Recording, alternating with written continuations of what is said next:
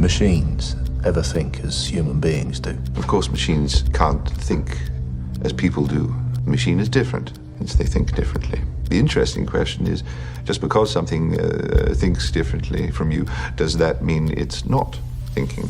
Intelligence artificielle, ça c'est le nouveau terme que tous les youtubeurs, journalistes, personnalités politiques et en fait toute la planète a à la bouche depuis 2022.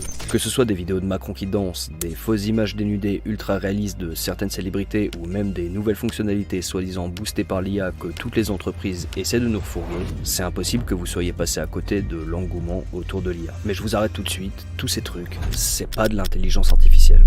Du moins, pas comme je veux vous en parler aujourd'hui. Ces outils ne sont en réalité que la première vague d'un tsunami bien plus conséquent. Et ce que nous appelons IA aujourd'hui n'est qu'un pâle reflet de ce qui pourrait émerger dans les décennies, voire les années à venir. Parce qu'un chatbot comme ChatGPT, en gros, c'est juste un modèle entraîné sur une énorme base de données avec laquelle vous pouvez discuter. Comme un genre de perroquet qui a appris à aligner des mots dans le bon ordre. Mais dans ce domaine, l'innovation avance vite.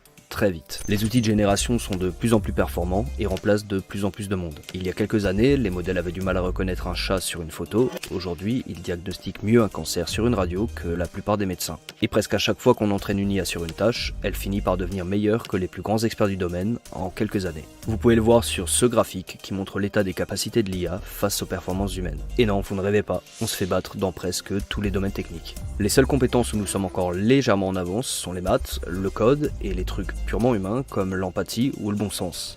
Mais pour combien de temps ?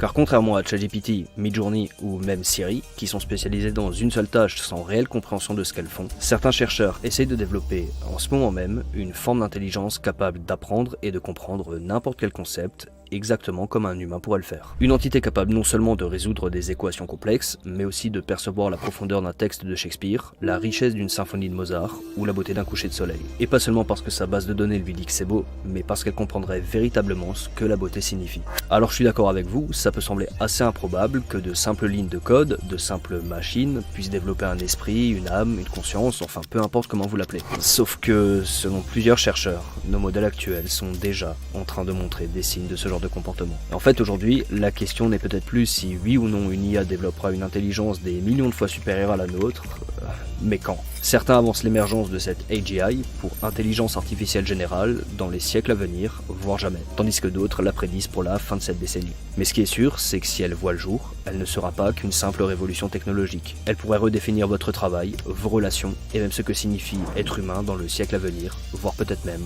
avant votre retraite. Car pour la première fois dans notre histoire, nous sommes peut-être sur le point de créer une forme d'intelligence au mieux égale à la nôtre, et au pire comparable à celle qui nous différencie du singe, voire même des fourmis. Alors comment ferons-nous face à l'avènement d'une forme d'intelligence si avancée ? Comment être sûr qu'elle ne nous mènera pas à notre propre perte ? Et surtout si, comme certains le pensent, elle développe une conscience, est-ce que nous devrons la considérer comme une forme de vie ? Pour répondre à ces questions, voyons déjà ce que serait une AGI et ce qu'elle aurait plus que les IA actuelles. Imaginez 3 entités différentes face à vous. La première, c'est l'assistant vocal de votre téléphone. Il peut vous donner la météo ou lancer votre playlist favorite, mais demandez-lui de vous expliquer la théorie de la relativité restreinte et au mieux vous obtiendrez une définition Wikipédia et au pire un... Désolé, je ne comprends pas. La deuxième, c'est une IA de type ChatGPT ou un modèle similaire, et c'est déjà plus intéressant. Elle peut discuter de philosophie, résoudre des équations complexes et même écrire un haïku ou carrément tout un roman sur les poils à frire. Mais même si ses réponses semblent cohérentes et réfléchies, elle capte rien à ce qu'elle écrit. Elle prédit simplement l'enchaînement de mots le plus probable par rapport aux données sur lesquelles elle a été entraînée. Et enfin, on a la troisième entité, l'intelligence artificielle générale. La différence entre elle et l'IA telle qu'elle est aujourd'hui serait comme celle entre un acteur qui récite parfaitement un texte en chinois sans en comprendre un mot, et quelqu'un qui lit en chinois, pense en chinois, rêve en chinois, enfin bref, qui saisit toute la profondeur et les nuances culturelles de cette langue. Cette entité représenterait une rupture fondamentale. Elle ne simulerait pas l'intelligence, elle la posséderait véritablement. Par exemple, Stockfish, une IA créée spécifiquement pour jouer aux échecs, explose n'importe quel champion du monde, mais elle est incapable de jouer au Monopoly ou au Mahjong. Un logiciel de reconnaissance d'image peut identifier un cancer sur une radiographie mieux qu'un médecin, mais il ne peut pas vous expliquer pourquoi il pleut dehors. Au contraire, une AGI pourrait exceller aux échecs, au Mahjong et au Monopoly, identifier n'importe quelle anomalie médicale et vous expliquer le processus exact qui mène à la formation de la pluie. Le tout sans avoir été spécifiquement programmé pour chacune de ces tâches. Et ça ne s'arrête pas là, parce que ce genre d'IA ne serait pas juste un simple programme capable de faire la même chose que ce qu'on a actuellement, en mieux. Elle comprendrait le sens des mots qu'elle utilise et le pourquoi derrière les choses. Par exemple, elle comprendrait que la rue est mouillée parce qu'il a plu, et pas simplement parce que les rues mouillées et la pluie apparaissent souvent ensemble dans ses données. Elle devrait devrait aussi pouvoir apprendre par elle-même sans nécessiter des millions d'exemples. Un enfant qui voit une girafe pour la première fois, il n'a pas besoin d'en voir 1000 pour comprendre ce que c'est une girafe. Une AGI devrait avoir la même capacité d'apprentissage et pouvoir transférer ses connaissances. Si elle voit un cheval après la girafe, elle doit pouvoir en conclure que les deux sont des animaux, mais pas de la même espèce. Et c'est pas tout, elle devrait aussi pouvoir adapter son raisonnement à n'importe quelle situation. Prenons un exemple concret. Imaginez un enfant qui fait du vélo jusqu'à ce que la chaîne déraille. Et comme c'est un enfant de 2025, il ne sait pas comment remettre une chaîne de vélo, mais il possède un smartphone. Il sort son téléphone et demande de l'aide à ChatGPT. S'il a vu cette situation dans ses données d'entraînement, il pourra l'aider. Sinon, il sera complètement perdu, car il n'a aucune compréhension du concept de vélo, de chaîne ou même de mobilité. Maintenant, imaginez la même situation avec une AGI. Elle observerait la scène, comprendrait que le vélo est un moyen de transport et que la chaîne est essentielle à son fonctionnement. Elle déduirait la cause de la panne, puis proposerait une solution. Si elle ne la connaît pas, elle pourrait en chercher une, par exemple via un tuto YouTube. Plus important encore, une fois qu'elle aurait appris à réparer une chaîne de vélo, elle pourrait transférer cette compétence à d'autres situations similaires, comme pour un vélo électrique ou une trottinette, car elle aurait une compréhension fondamentale des concepts de mobilité, de véhicule et de panne. C'est ça qui fait la différence fondamentale entre les deux, et surtout pourquoi l'ensemble des labos d'IA essaient de construire ce type de machine. Cette capacité à avoir une vraie compréhension des choses, à raisonner de manière causale et à pouvoir transférer ses connaissances, pas dans un ou deux domaines, mais dans tous les champs de l'activité humaine. Actuellement, ces laboratoires de recherche explorent 4 approches principales pour créer ce genre d'intelligence. L'approche du toujours plus de données pour entraîner de plus gros modèles jusqu'à un moment où l'intelligence générale apparaîtrait spontanément. Je sais que ça a l'air improbable comme ça, mais on va voir plus tard pourquoi ça ne le serait pas tant que ça en fait. Ensuite, l'approche bio-inspirée, qui consiste à recréer informatiquement le fonctionnement d'un cerveau humain. Et la troisième approche, la plus prometteuse, combine simplement les deux précédentes. On s'inspire de la façon dont notre cerveau apprend pour améliorer les algorithmes actuels. Mais il ne faut pas sous-estimer une potentielle quatrième approche. Une découverte fortuite que nous n'aurions pas anticipée et qui ouvrirait des voies aujourd'hui inimaginables. Ces 4 approches représentent nos meilleures hypothèses actuelles pour créer une AGI. Mais je comprends que tout ça puisse sembler encore assez abstrait et lointain pour vous. Alors il est temps de mettre les mains dans le cambouis, ou plutôt dans le réseau de neurones, et de poser la vraie question. Aujourd'hui, en 2025, est-ce que nous sommes proches de l'émergence d'une intelligence artificielle générale ?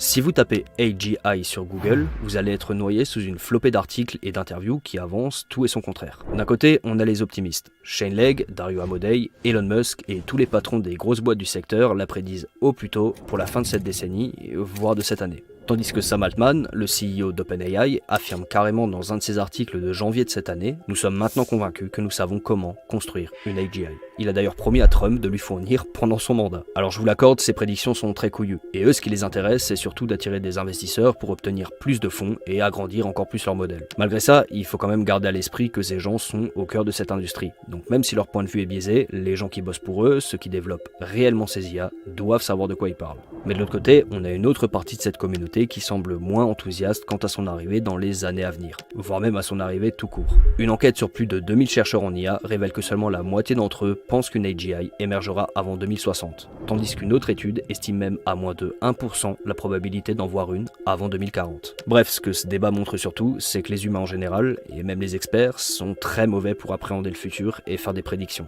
Mais plus concrètement, qu'est-ce qu'on fait pour favoriser l'émergence de ce genre d'intelligence artificielle ? Pour l'instant, la stratégie dominante, c'est simplement le scaling. On crée des modèles toujours plus grands, entraînés sur toujours plus de données. Pour vous donner une idée, en 2018, GPT-1, la technologie sur laquelle est basé ChatGPT, avait 117 millions de paramètres. 5 ans plus tard, en 2023, les estimations pour GPT-4 étaient de plus d'1 trillion. Alors ça vous dit peut-être pas grand chose comme ça, mais en gros les paramètres ce sont les milliards de chiffres que représente ce que l'IA a appris lors de son entraînement et qui guide ses réponses. Ça veut dire qu'entre 2018 et 2023, ces paramètres ont été multipliés par 10 000.